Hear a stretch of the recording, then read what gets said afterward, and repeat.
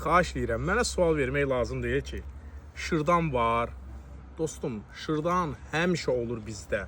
Yaz, payız, qış, fərqi yoxdur. Fəslindən asılı olmayaraq. Nə vaxt gəlsən, sifarişini verirsən, 5-cə dəqiqəyə hazırdır. Qızardırlar, verirlər. Biz qızarmamış şırdan satmırıq. Çünki çox adam biraz bəyənmir də. Çək Nurlan Qoxusuna görə bəyənmir, amma qızarmış şırdan möhtəşəmdir. Hələ buranın şırdanına söz ola bilməz. Yey, baxaq indi. Birinci mən baxacam dadına. Bax.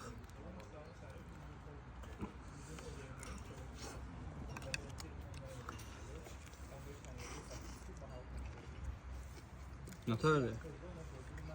Yan bir görək bir. Bir Vaqif baxsın. Bilir ha.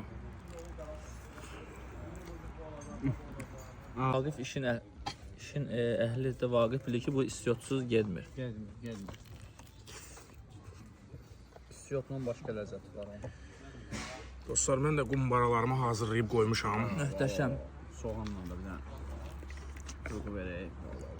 Soğanı da yaddan çıxartmaq olmaz ha, qətiyyən. Allah. O qədər doldurublar ki, hissini boğazıma getdi. Bunu istiyotsuz, limonsuz yedinsə öskürəcəksən. Şimdi bura çək.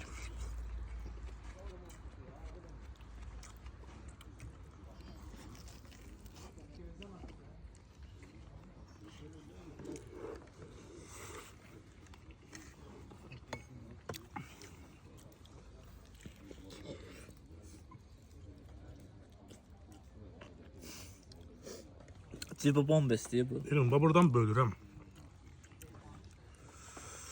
Bir dənə soğandan yox. İçini göstər. Getmir ki. Tamam. Bu. Hələ. Çox iskidən yanında oldu.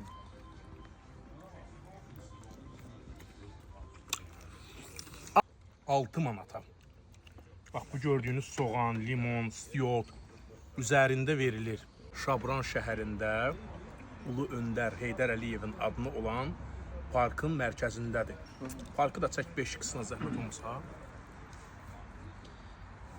Aytanda mənim götürərsəm mən.